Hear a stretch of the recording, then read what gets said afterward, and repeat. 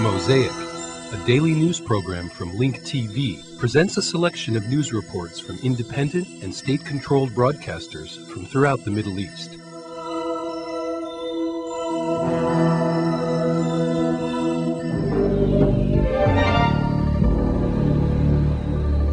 In Brussels, the topic of the assassination of former Lebanese Premier Rafik al-Hariri was discussed at the summit hosting American and European officials. The U.S. and the EU are demanding the immediate implementation of UN Resolution 1559, dictating that Syria should withdraw from Lebanon. A team of international investigators are scheduled to arrive in Beirut either tomorrow or in the next 2 days, and the opposition is reinstating their demands to hasten the investigation and capture the criminals. Druze leader Walid Jumblat invited the Hezbollah leadership to join them in seeking freedom and independence, as he said.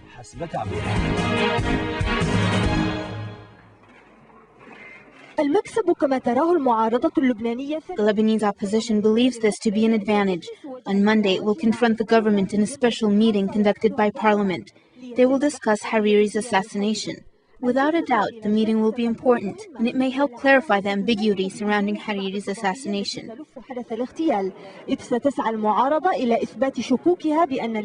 The opposition will be able to prove their allegations that the Lebanese government and Syria are involved in the assassination of Hariri, reiterating their demand that the government resign and that the Syrian troops withdraw from Lebanon.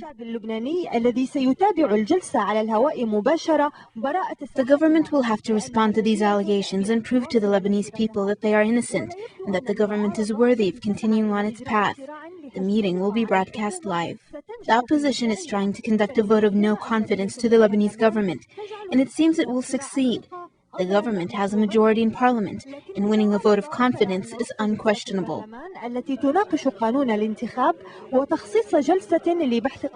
The opposition, however, feels that halting parliament sessions reviewing the election bill to discuss Hariri's assassination is in itself a benefit to them. In addition to parliament, the opposition is continuing the efforts to strengthen its backbone in order to face the government. They are calling on Hezbollah to join their front.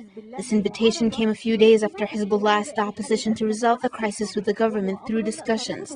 The opposition objected to this proposal, if it's not part of the Ta'if Accord.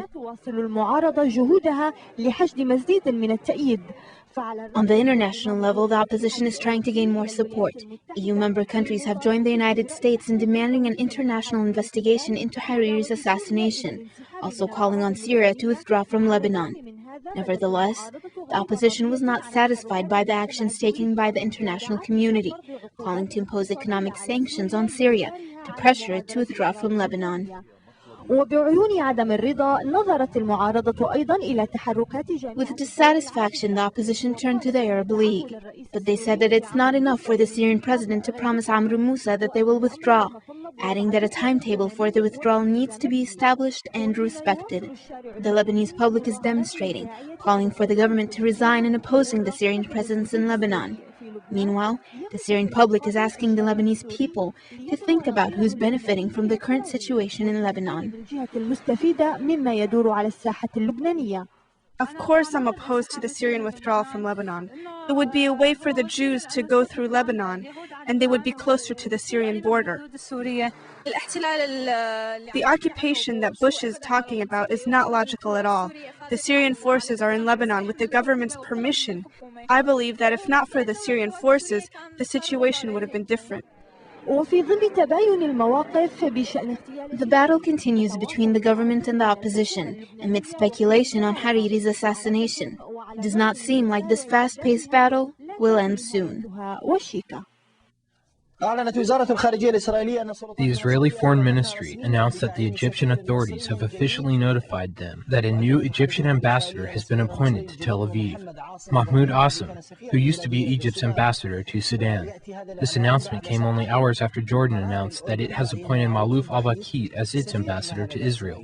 At the Sharm el-Sheikh summit, both Egypt and Jordan announced that they will return their ambassadors to Israel 4 years after they withdrew them in protest of the Israeli violence against the Palestinians.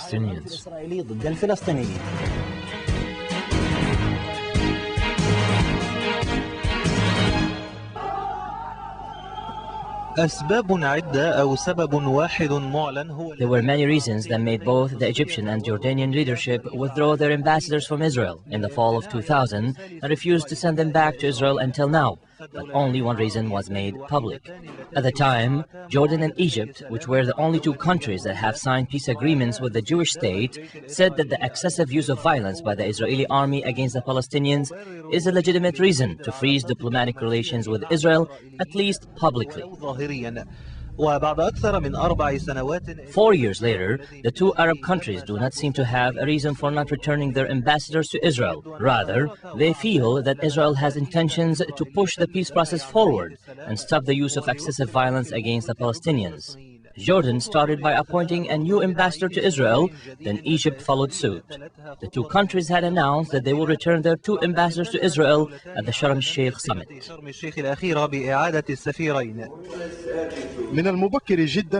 It is too early now. We have a lot of work to do. The Jordanian ambassador will work mainly on improving the Israeli-Jordanian relations, which become tense during the Palestinian Intifada. We welcome the Jordanian step, and it is very important for strengthening Israel's relations with its neighbors. We praise the Jordanian kingdom, and we think that it is a peace partner. At the time, Jordan was surprised by the eruption of the Palestinian Intifada because it happened when Amman was trying to strengthen its ties with Israel. However, Egyptians' relations with Israel were cold for years, but all of a sudden they are getting warmer. The Egyptian leadership took steps it views important for the interest of the peace process between the Palestinians and the Israelis. Though these steps are not taken in coordination with the Palestinians, like releasing the Israeli spy Azzam and signing the Kuwait Economic Agreement with Israel. Cairo wants to improve its relations with Tel Aviv in order to enhance its role as a peacemaker between the Israelis and the Palestinians, which in effect will help it advance the peace process while taking into consideration the interests and rights of its Palestinian brothers. However, one should pay attention to the fact that none of the steps that were agreed upon in the Sharm el-Sheikh summit and the subsequent Israeli-Palestinian meetings were implemented in a tangible way. The Palestinians are still facing problems with Israel concerning the release of the prisoners and the handing over of some areas in the West Bank to the Palestinians. This means that Israel is being rewarded because Arab countries have given it the benefit of the doubt, but Arabs have received very little in return or nothing at all. The only thing that has happened so far is reaching a cooling-off period, which only serves the Israeli army so they can relax and can be used as a justification for resuming relations between Israel and the neighboring Arab countries. On the Palestinian issue, the voting on the newly revised cabinet list submitted by Prime Minister Ahmed Kareh was postponed. The Legislative Council threatened to disapprove of the list, despite Kareh's attempts to replace names that have been accused of corruption, as noted by council members. Palestinian President Mahmoud Abbas will appoint a new prime minister if the government does not approve of the list tomorrow. Now to our reporter in Ramallah, Majid Saeed.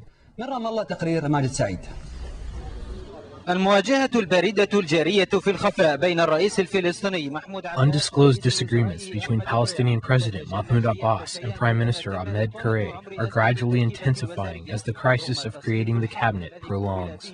Earlier, Kareh was applauded for announcing that he will form a technocrat cabinet, but there have been repeated incidents of the President and Prime Minister's duties overlapping. The difference is that the chief players in this crisis are the reformists, as they call themselves.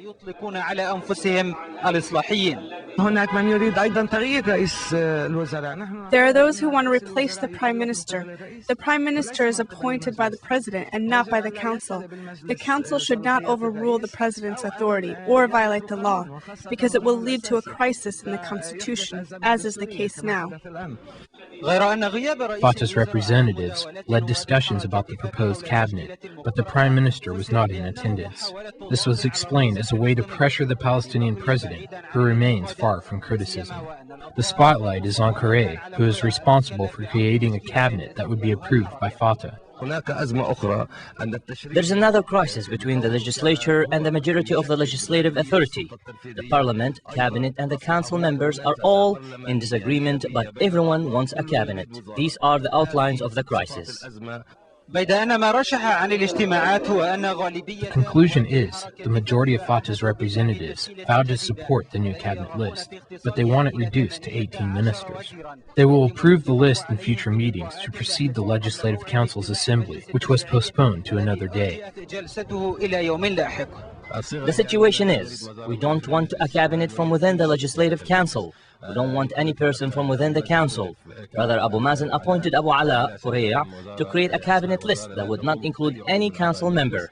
Also, the list would be shorter, consisting only of 15 to 18 names, and would include the names of experts, not staff.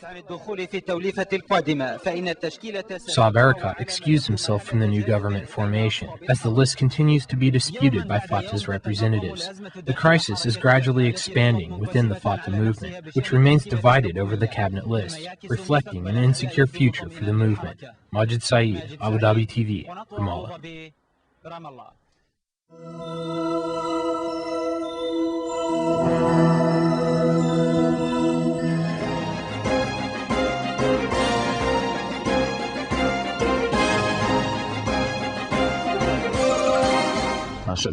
The new Jordanian ambassador to Israel is satisfied with his new life in Tel Aviv. Dr. Marouf al-Bakit came here only 2 days ago, and our reporter met with him. The Jordanian leadership believes that there are indications of a historical opportunity, and we must not let it go. We should take advantage of it. Thus, the Jordanian leadership thought that sending a Jordanian ambassador may have a positive impact. Our work goes beyond protocols and artificial presence. We have a lot of work to do. We understand that there are differences between Israel and Jordan concerning the issue of the Jordanian prisoners. We are very concerned about the issue of the Jordanian prisoners detained in Israeli jails.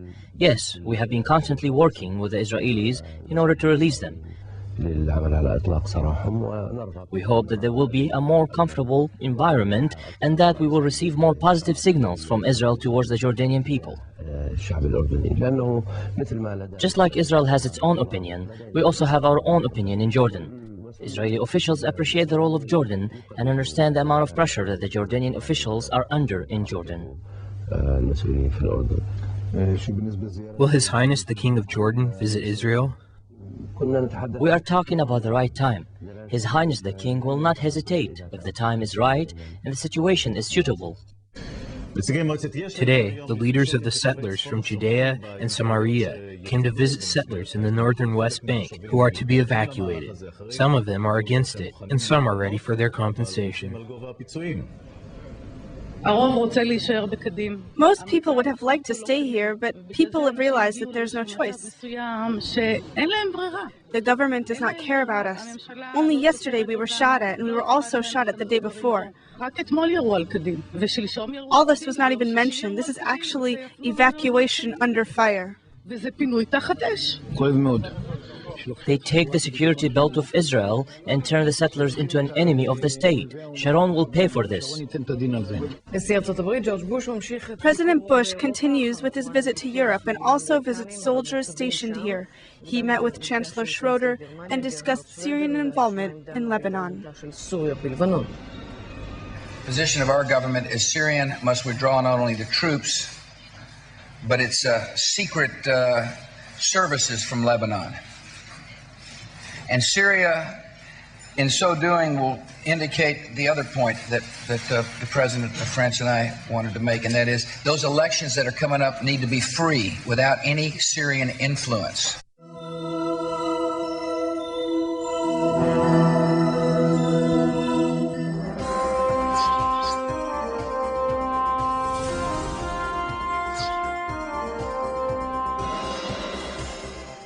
Means of reactivating peacemaking in the Middle East, Iraq and bilateral ties were the focus of His Majesty King Abdullah's talks in Paris with French President Jacques Chirac. During the talks at the Élysée Palace, the two leaders called on the international community and the European Union to pursue efforts aiming at achieving a just peace in the Middle East.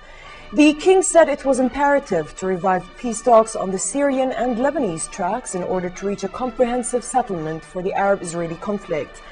Calling on Israel to stop its settlement activities in the Palestinian lands, the king also urged the Palestinians to adhere to decisions reached during the four-way summit held recently in Sharm el-Sheikh. His Majesty said the conference, to be held in London next month, should tackle Israel's expected withdrawal from Gaza as part of the roadmap peace plan, as well as means of reactivating the Arab Peace Initiative and providing aid for the Palestinian people. The king also urged more international efforts to rebuild Iraq.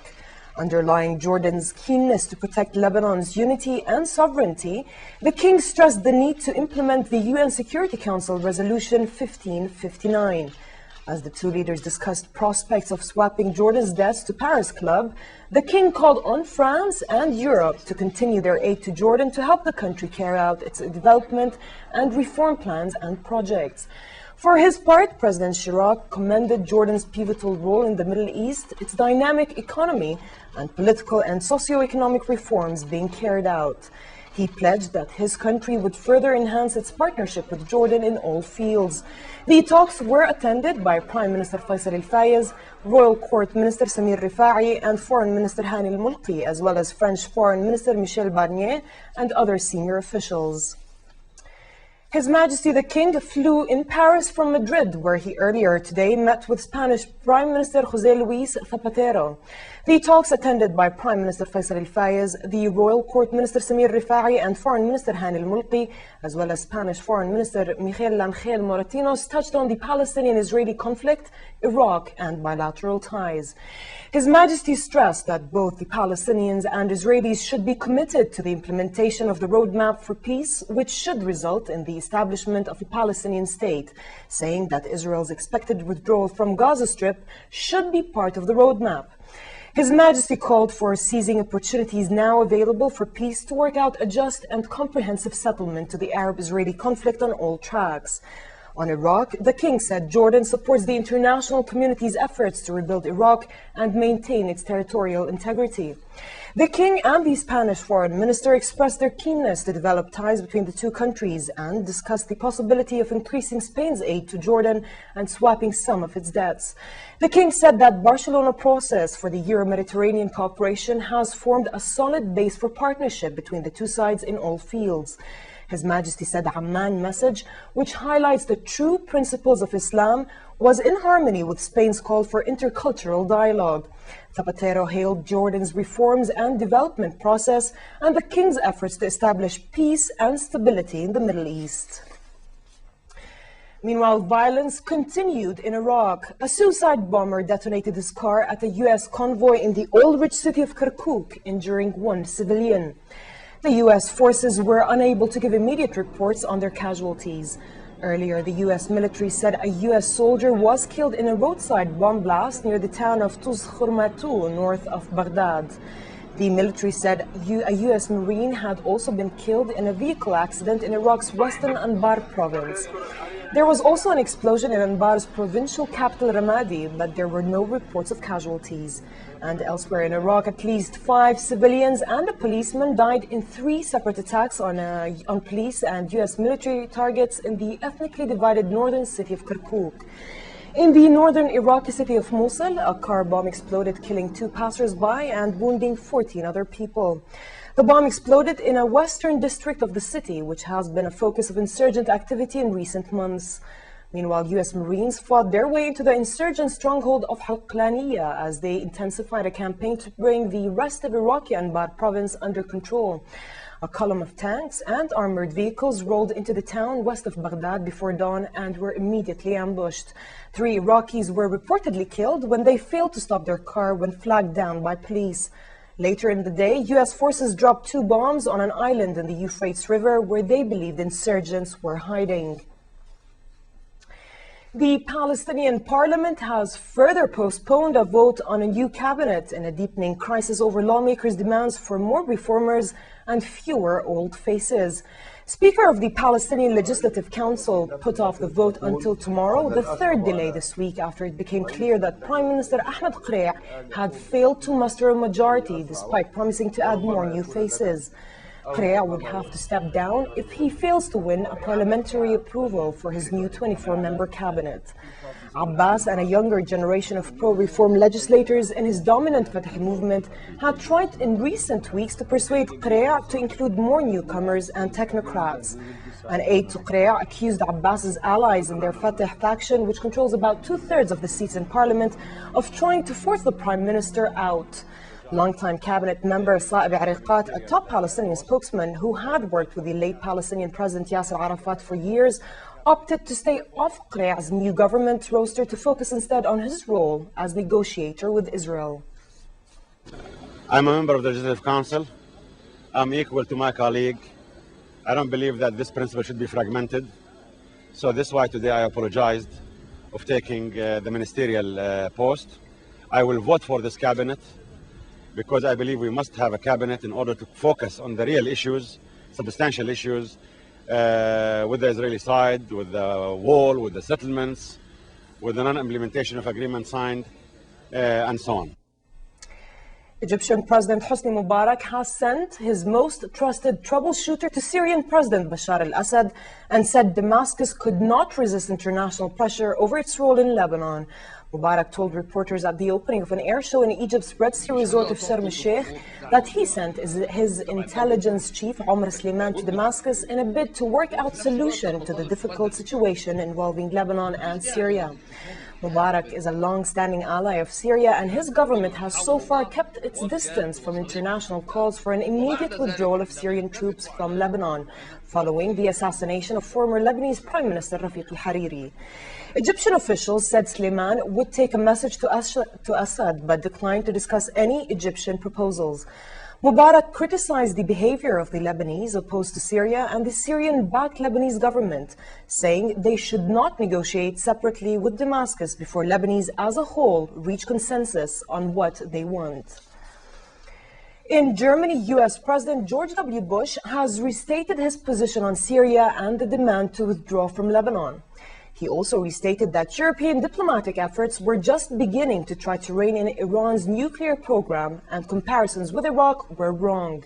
Bush made those remarks along with German Chancellor Gerhard Schröder at a news conference after holding talks on a range of thorny issues. The ultimate message was of unity between the two leaders. But despite the best efforts on Bush's latest European tour, the differences between the two leaders are unlikely to lift completely. Germans were quite anti-Bush, as about 6,000 demonstrators were expected in Mainz, with at least as many police on hand to keep them away. A Forsa poll for German magazine Stern published today found 80% of Germans believe the United States will not take Europe's view more into account when framing foreign policy, despite Bush's charm offensive. I said in my State of the Union that I believe a settlement on this important issue is